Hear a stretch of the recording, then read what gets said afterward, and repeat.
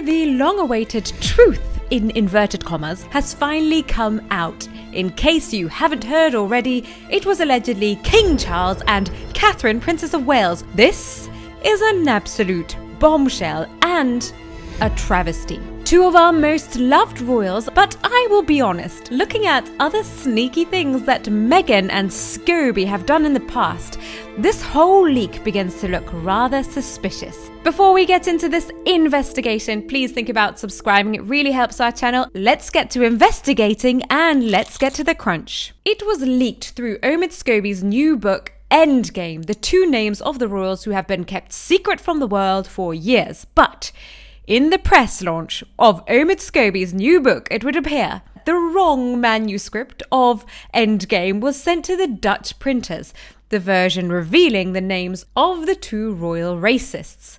Primarily a name being named in the Dutch version of your book. Well, two names. Because you don't accidentally put in a name, and you can't put it down to a mistranslation, can you? It does feel like a stunt to sell books.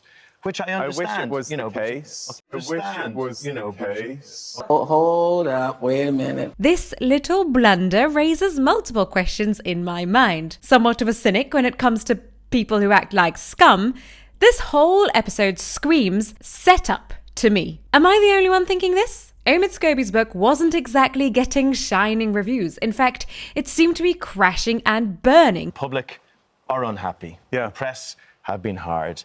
And some of the reviews haven't been great. Endgame, it's garbage. With statements coming out that it contained no new revelations and nothing to get excited about. Then suddenly, like a hero in the night, Dutchgate blasts onto the scene, creating a lot of press. If Scobie ever wanted to be remembered for something, it will certainly be this. He alleges that he never wrote the king or princess's names in any versions of his book. He never intended for the names to be released to the public. But the problem with this narrative is that it is something we're getting quite familiar with.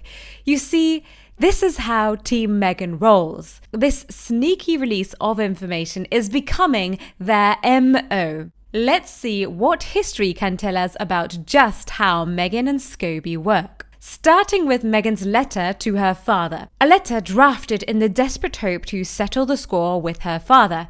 Meghan wrote a private letter to her father, painting herself as the perfect daughter and pointing out all of her father's flaws. Effort placed into every word to help her dear father understand her feelings and exactly why she'd been hurt by him. The private letter was ultimately leaked. Well, now the world could see the real Meghan, just how nice she was, but how cruel she'd been treated, in her own words. She had been but a victim all along, except there was one small oversight that Meghan had wildly underestimated. Due to the harsh way in which Meghan had used and abused her staff during her time in the royal family, word quickly spread that she had planned all along for the letter to be leaked to the public, meticulously crafting it to make herself sound great and her father dreadful. They talk about compassion. There's no compassion for me. There's no compassion for my family. And there's no compassion for the royals. This is one of the sneakiest things I've ever heard of. Luckily for us, her royal staff, who were left broken and scared after their time with her, felt their duty was to come forward and release this dark ploy of Meghan's, in which she slyly released information to the public, while being able to stand back and say she never wanted the information released. You're beginning to see a pattern, aren't you? Next, there is Finding Freedom, Scobie's previous book. There were countless intimate revelations throughout this book about the royal family, painting Meghan once again to be the nice one, the compassionate one, and the victim. The information was so detailed and so biased that the only source it could have come from was Meghan and Harry. Yet Meghan denied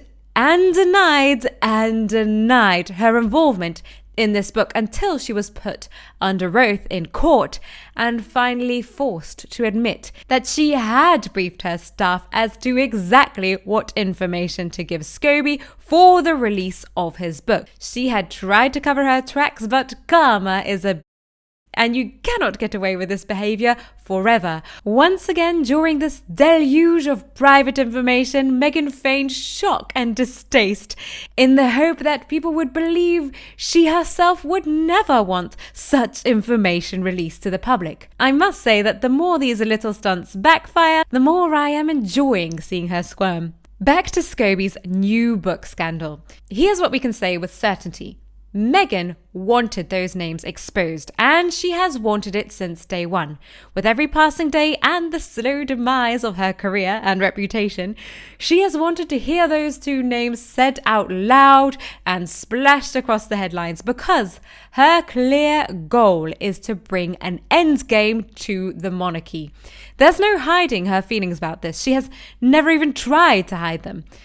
The way she has spoken about the royal family ever since she was given a mic is with bitterness and envy and spite. If she had 3 wishes, there would probably be death to the tabloids, death to the monarchy, and make Meghan queen. Somewhat ironic. I think it is important to remember how these racist allegations began in the first place, and that was between Oprah and Meghan.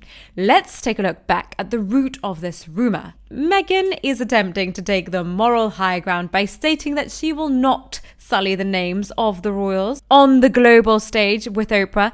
There's a conversation about how dark your baby is going to be? And you're not going to tell me who had the conversation? I think that would be very damaging to them. How very honourable of her. Not. She knew full well that the names would come out, and if they didn't, she would make sure they did, whether it be accidentally printed in a Dutch printing house under the pretense of a simple translatory mistake, or by some other means. She knew that one day the names would come out, but her dignity would be kept intact as it wasn't directly from her mouth. She then goes on to say the most slimy thing of all. Compartmentalized They were concerned conversations. that if he were too brown, that would be a problem. Are you saying that? If that's the assumption you're making, I think that feels like a pretty safe one. It would be safe to assume that these royal racists saw the colour of her baby as potentially problematic. This goes to show the extent of Meghan's crazy mind. She wanted so badly to be a victim, and for everybody to feel sorry for her, that she could safely assume the intentions of the question being posed in the palace on that dark day were none other than vile, race-hating, angry questions. But Meghan is not the only one responsible for this loathsome interview. Equally, it must be stated that Oprah should know better. What? What? Hold up, wait a minute. Wow. Ooh. Oh. She was incorrigible, looking shocked and egging Meghan on at every corner. And guess what, Oprah? Meghan didn't need encouraging. She was very happy to besmirch the monarchy on her own. The motivation was not lacking here, which is ironic, as she is now known as being one of the world's biggest grifters. I can imagine, if we assume for a second what Meghan is claiming here is true, that someone in the royal family, for example, Catherine Princess of Wales, asked the question, how brown do you think your baby will be? Which really does seem unlikely, as she is known to be the queen of diplomacy. But assuming Meghan is not lying for once, I can safely say that there is no doubt in my mind she would have been asking the question from a loving and caring sister-in-law perspective, in the same way she may have asked, I wonder what colour his hair will be. We know Catherine Princess of Wales loves children. She is dedicating her life to them. It is her passion. You can see it very clearly in every interaction she has with them. My name is Catherine. Okay. Very nice to meet you. Yes. Have you got a copy? Would you like mine? Yes. Yes. You can have my copy. And in all sincerity, I cannot say the same for Meghan with children. Just look at this little girl running away from her as if she's the evil queen in a Disney film. What can I say? Sometimes kids say it best. I'm so sick of you. Meghan and Scobie love to release information to the public in a sly and underhanded way, pretending that the information leaks are none of their own doing, I suppose an attempt to make their falsified stories sound more believable. The moral of this story is that no matter what we hear from Meghan Markle or Omid Scobie, they have proven time and time again that they cannot be trusted to tell the truth. Their common goals are fame and celebrity, not integrity. Someone said, Chris Rock said, black people talk about a baby's skin color. It's not racist. Let's have a look at that clip of Chris Rock talking about this very topic. And finally, we're hearing it from a black person's perspective who is not a crazy person trying to egg Meghan on to make more money, essentially. Oprah, they're so racist. They wanted to know how brown the baby's gonna be. I'm like, that's not racist, because even black people want to know how brown the baby gonna be. There, he says it perfectly. This is just normal talk amongst families, and there's nothing racist about it. Someone else said, the color of her baby is a legit question. I was in an interracial marriage and we discussed it a few times between ourselves. Just because the subject may have been broached doesn't mean anyone is racist. If a guy who is 6'3" marries a woman who is 5'2", is discussing how tall their kids might be heightist? Of course not. It is just a normal conversation, and the fact that she so slyly pushes Oprah into believing that it was coming from a racist perspective, a negative and hateful perspective, is actually painful to hear. It's upsetting to hear that she would go to such an extent to sully Catherine, Princess of Wales' name or King Charles' names.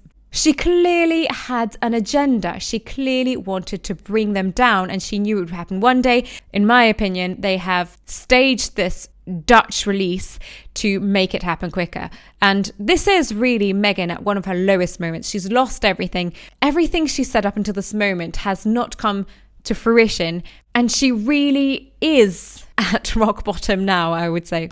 Someone else said, it's not just Meghan who has done this, Harry is letting it happen. This is a very, very good point. We don't talk about it enough.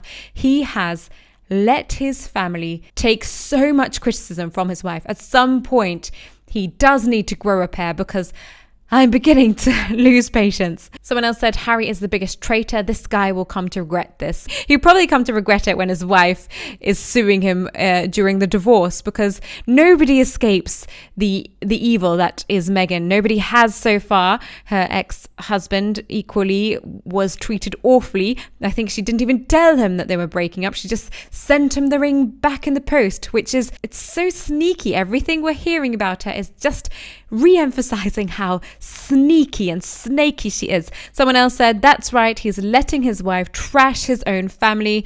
Beyond sad. He does need to, at some point, man up and protect the integrity of his family, the people who have given him everything. Give this video a like if you think Meghan Markle had something to do with the release of the royal racist names, and subscribe to help the Crown family blossom. See you down in the comments.